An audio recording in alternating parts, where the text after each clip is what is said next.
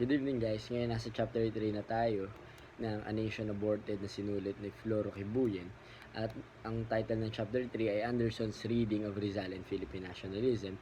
Medyo mahaba yung chapter 3 at yung readings tungkol sa evolution of the term Filipino at the question of Philippine nationalism, pero susubukan natin na kunin yung mahalagang detalye at yung ubod nito para higit pa nating maintindihan at mag-reflect tayo dito, no?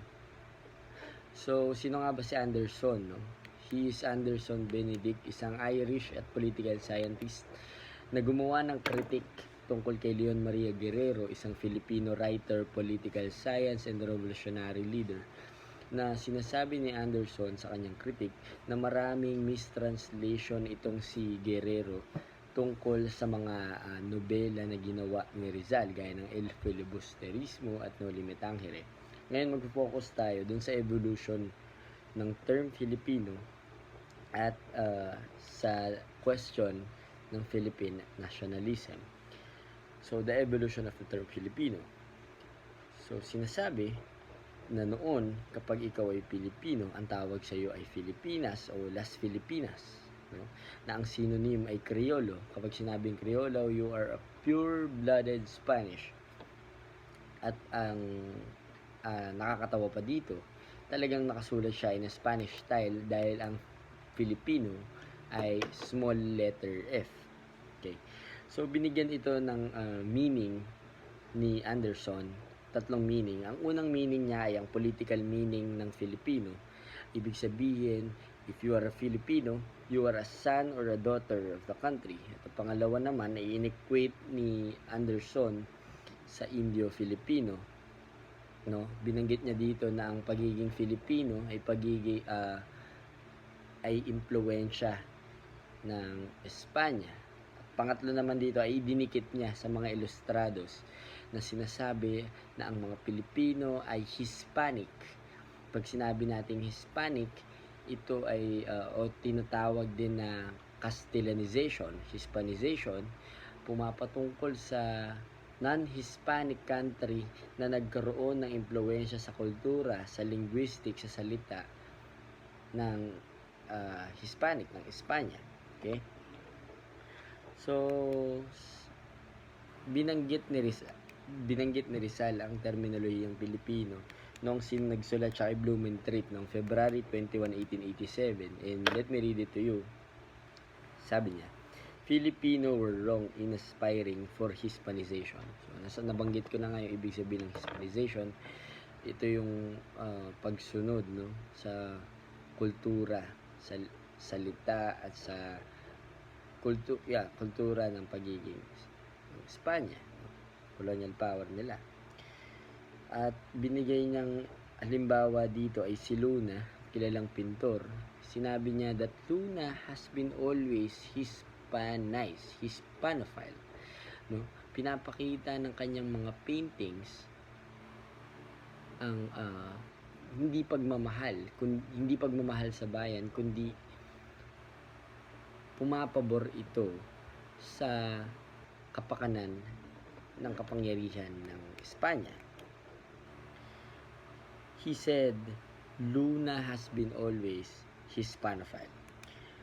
Ngayon, noong 1887, merong assimilationist camp na tinatawag. Pag sinabi natin assimilation,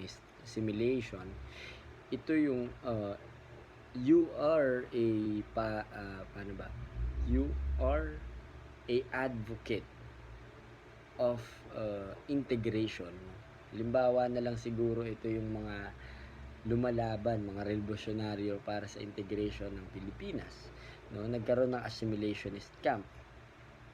At sa kampong ito, na-observe ni Lopez Haina na meron dalawang klase, dalawang ideolohiya na umiiral dito. Ang una ay hindi direktang against sa colonial policy.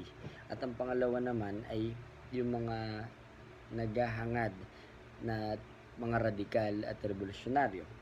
Dito umusbong ang terminong ginamit ni Lopez Haina na nagsasabing ang mga revolusyonaryo ay ang genuine Filipino At ang mga moderate naman ay ang mga ungenuine Filipino. Okay? So sinasabi nga, diba, kung sino ang mga revolusyonaryo, sila ang genuine Filipino at ang mga moderate ay ungenuine Filipino.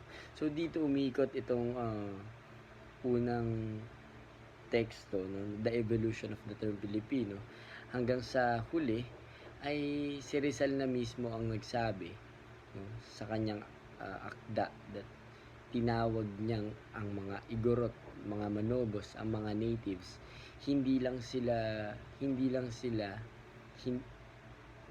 parte ng bansa, kundi yon ay ang talagang mga Pilipino. We are pure-blooded Filipino, at niyakap ito ni Rizal. Sinabi niya pa nga sa kanyang akda that sinabi niya dito that we are more noble than the Spaniards together. Dito niya in-affirm yung opposition between us and we. I mean, us and them. Yung us Filipinos and them Spaniards. So dito nabuo yung konsepto, yung evolusyon ng terminolohiyang Pilipino na pinipilit ni Anderson na tanggalin dahil sinasabi niya nga na hindi daw nagamit sa panahon ni Rizal or wala pang idea. Pero makikita natin na sa panahon pa lang nito, si Rizal ay nagkakaroon na rin ng realization from dun sa Hispanized Filipino, no, na magkaroon ng Filipino nation. At doon nag-evolve yung terminong Filipino. And up to this moment, ay patuloy na yumayabong at yumalag. Pangalawa, ay pag-uusapan natin yung the question of Philippine nationalism. Merong binanggit sa Anderson dito tungkol sa Philippine nationalism, no? Basahin natin yung una. First, Anderson interpretation of so-called double erasure in Mexican nationalism is alleged parallel in the Philippines, misleading if not relevant. Second, Anderson missed the more interesting comparison between the cult of Virgin Guadalupe and that of Rizal. Sinasabi niya dito na nagkaroon ng double erasure, no? Sa pagkakaintindi ko, yung double erasure ay parang mini-mislead ng mga mini-mislead ng Espanya yung pagiging nationalism ng Pilipino sa pagbubura ng kasaysayan o pag-akap sa hindi tama, sa hindi sa mas makakapabor doon sa kanilang kapangyarihan. Halimbawa na dito ay ang analogous case ni Lapu-Lapu at Magellan, no? Although Spain conquered the Philippines, it was Lapu-Lapu who conquered Magellan. Pero sa panahon ngayon, no, kung makikita natin, Magellan is talagang siya yung best known example na parang si Lapu-Lapu ay left behind. Kasi pag sinabing Lapu-Lapu, parang pagtatawanan, something like isda yung kanyang tunog. Pero kapansin-pansin na si Magellan, nagkaroon pa nga tayo ng Magallanes Village mula sa Magellan nung ito yung Manila Subsurb Elite Residential, no? Elite Residential na sa panahon, ginawa ng panahon ni Ferdinand Marcos, no?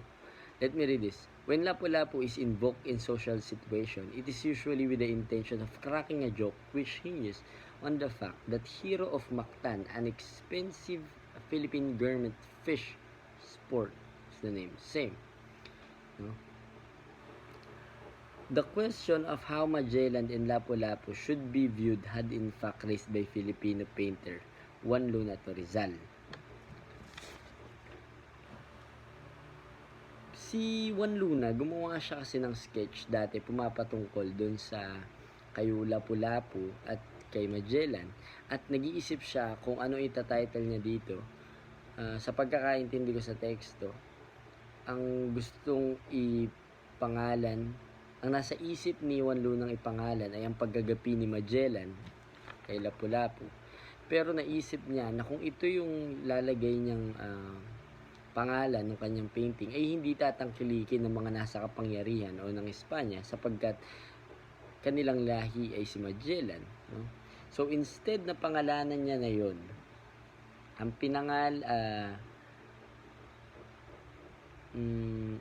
pinangalan, hindi niya pinangalan yung Death of Magellan dun sa titulo niya na yon.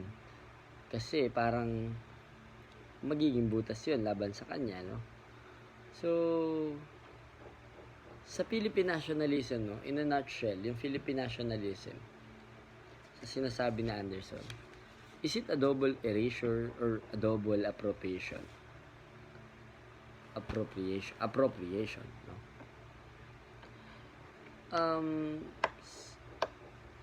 Sa Mex, sinasabi niya that it is not a double erasure kasi hindi naman talaga na-wash away yung history. Hindi naman tayo naalis or hindi nabura sa atin yung mga idea na yun. No? Ang nangyari sa atin ay double appropriation. The case of Philippines seems to be even more interesting. The key symbol of Spain legacy, ang Spain legacy, ang simbolismo nila ay si Christ, no? And the Filipino nation, ang simbolo natin ay si Rizal. It coexists today as a national icons. No, kung iisipin natin, yung mga national icons natin dito sa Pilipinas, halimbawa nila sa Manila, ano bang magandang puntahan sa Manila? Siyempre ang Luneta. Sino ang nasa Luneta? Si Rizal. Siya ang Filipino icon. And ano pa? Ang Black Nazarene, ang Quiapo. At sino nagdala nun? Ang Espanya. Diba? At ang Quiapo, no? All over the island, talagang makikita natin si Rizal at ang Quiapo. Si Rizal at ang Cruz, ang Black Nazarene, no? What happened in the Philippines was not double erasure but a double appropriation. The Black Christ of the Quiapo Parish in Manila as a cult symbol of folk Catholicism and Rizal of Luneta Park as the American-sponsored hero. Take note of this, Rizal of Luneta as the American-sponsored hero gazing at the tropical sunset in his European winter coat. Top it all, the millennium section about the archipelago have reappropriated both icons into cult figure.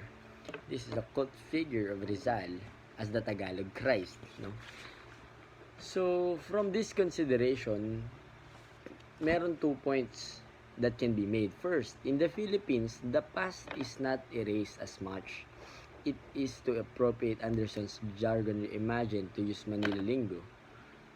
Second, both Mexican and Philippine nationalism is far from deeming purities, actually dreaming hybridities. Indeed, if there is anything peculiar about Philippine nationalism, is that which lingers over the oxymoron, pure mix.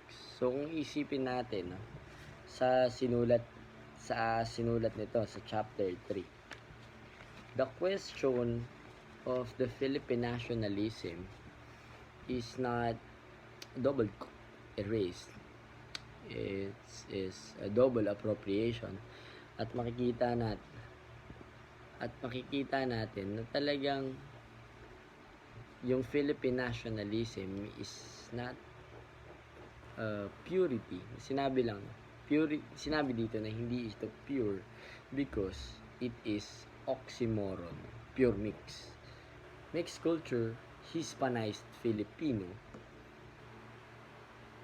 At yun lang. So sana may natutunan kayo and you have to take notes. So see you tomorrow.